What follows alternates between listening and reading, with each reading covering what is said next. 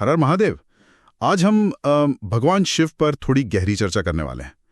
हमारे पास कुछ स्रोत हैं जो उनकी कथाओं, उनके स्वरूप और हाँ, भक्ति के महत्व पर रोशनी डालते हैं। जी, हर हर महादेव। और ये स्रोत शिवजी के जो अलग अलग रूप है ना, मतलब कभी वो विनाशक लगते हैं, कभी कल्याण करने वाले, उनकी करुणा, भक्ति की ताकत, इन सब पहलुओं को समझने में मदद करते हैं। हाँ, तो चलिए शुरू करते हैं उनके स्वरूप से। सबसे पहले तो यही बात ध्यान खींचती है कि वो कितने विरोधाभासी हैं, संहारक भी और कल्याणकारी भी। बिल्कुल। और स्रोत यही बताते हैं कि ये सिर्फ अच्छा बुरा या बनाना बिगाड़ना नहीं है, ये तो जीवन का पूरा चक्र है, यूं समझिए। अच्छा, जैसे उनका शमशान में रहना या वो भस्म लगाना, ये सब क्या दिखाता है फिर? देखिए, शमशानवास वो असल में सिर्फ मौत के डर से मुक्ति नहीं है। स्रोत कहते हैं कि ये सांसारिक मोह माया जो है ना, उससे ऊपर उठने का प्रतीक है। मोह से ऊपर उठना। हाँ, और भस्म वो सिर्फ ये नहीं कि शरीर तो नश्वर है, खत्म हो जाएगा। कुछ व्याख्याएं ये भी कहती हैं कि भस्म वो ऊर्जा है जो विनाश के बाद बचती है। मतलब नई शुरुआत की संभावना। बिल्कुल, वैराग्य भी है और रूपांतरण यानी बदलाव की शक्ति भी। ये तो काफी गहरा है। अच्छा, और उनके दूसरे प्रतीक जैसे गले में वेश मतलब नीलकंठ या सिर पर चांद और गंगा, इनके बारे में क्या है? हाँ, नीलकंठ वाली कथा तो हम सब जानते हैं, कैसे उन्होंने सृष्टि को बचाने के लिए विष पी लिया। ये उनकी अपार करुणा और त्याग को दिखाता है। सही कहा, दूसरों के लिए कष्ट सहना। जी, और सिर पर चांद वो शीतलता, शांति का प्रतीक है। और जटाओं में गंगा वो दिखाता है कि कैसे प्रचंड वेग को भी नियंत्रण में रखा जा सकता है। और ये ज्ञान के प्रवाह का भी प्रतीक है।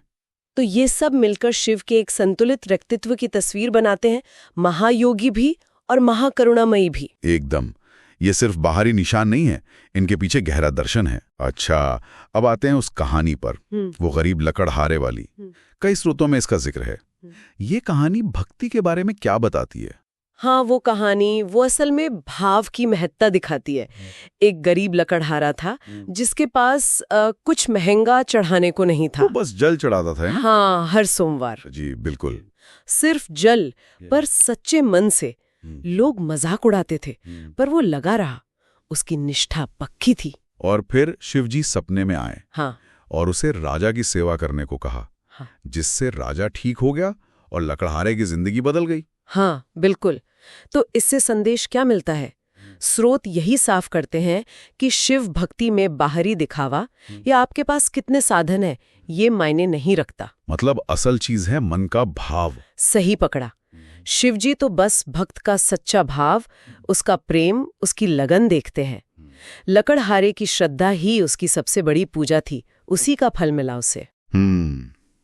ये बात तो सोचने वाली है। अच्छा, इसी सच्ची भक्ति के प्रभाव और तरीकों पर भी बात हुई है स्रोतों में। जैसे एक शब्द आया है रुद्राभिषेक, ये क्या होता है? जी, रुद्राभिषेक ये एक विशेष अनुष्ठान है। स्रोतों में बताया गया है कि इसमें शिव जी के रुद्र रूप का अभिषेक करते हैं, अलग अलग पवित्र चीजों से, जैसे दूध, घी, शहद, जल। अच्छा। हाँ, और माना जाता है कि इस प्रक्रिया से जो सकारात्मक ऊर्जा निकलती है और जो मंत्र पढ़े जाते हैं उनका असर होता है। जीवन से मुश्किलें, बीमारियां, संकट वो दूर होते हैं। ये सिर्फ रस्म नहीं है, ये शिव की कृपा पाने का एक गहरा आध्यात्मिक तरीका माना गया है। और अगर कोई इतना सब ना कर पाए तो सरल तरीका भी है, जैसे ओम नमः शिवाय मंत्र। बिल्कुल, इस पंचाक्षरी मंत्र को तो शिवजी का सार ही माना जाता है। स्रोत कहते हैं कि इसे बस जपने से ही नियमित रूप से मन शांत होता है, चेतना जागती है, आप शिव तत्व से जुड़ते हैं। इसकी ध्वनि का ही शरीर और मन पर बहुत गहरा असर होता है। अच्छा, शिव जी के नाम भी तो बहुत सारे हैं और हर नाम एक अलग रूप दिखाता है।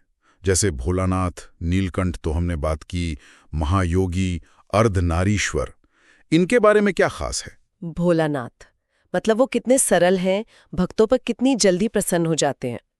नीलकंठ उनका त्याग दिखाता है। महायोगी उनका परम वैराग्य, ध्यान, आत्मसंयम। और अर्धनारीश्वर वो आधा पुरुष आधा स्त्री वाला रूप।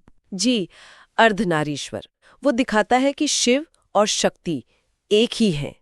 सृष्टि, पुरुष और प्रकृति, ऊर्जा और चेतना, इन दोनों के संतुलन से ही चलती है। ये जीवन के द्वंद्वों का मिलन है। जैसे एक स्रोत में लिखा है, वो परम योगी होकर भी गृहस्थ हैं पार्वती जी के साथ। हाँ, ये विरोधाभास फिर से आ गया, योगी भी गृहस्थ भी। बिल्कुल। तो संक्षेप में कहें तो शिवजी सृजन, पालन, संहार, वैराग्य, प्रेम सब कुछ है। एक जटिल पर पूरी तस्वीर। सही कहा।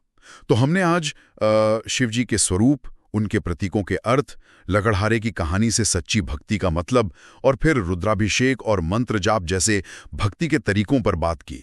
जी, इन स्रोतों के आधार पर यही मुख्य बातें निकल कर आती हैं। तो श्रोताओं के लिए एक विचार छोड़ते हैं। क्या शिवजी का ये विरोधाभासी रूप कि वो संहारक भी हैं और सृजनकर्ता भी, योगी भी और गृहस्थ भी, क्या ये हमें अपनी जिंदगी की मुश्किलों और उतार चढ़ावों को थोड़ी सहजता से लेने और उनमें एक संतुलन खोजने की प्रेरणा दे सकता है? और ये भी कि जैसे वो लकड़हारा था, शायद हमें बहुत सारे साधनों की जरूरत नहीं है। बस सच्चे मन से याद करना या एक सरल सा मंत्र जाप, शायद यही हमारे जीवन में गहरे सकारात्मक बदलाव ला सकता है। हर हर महादेव।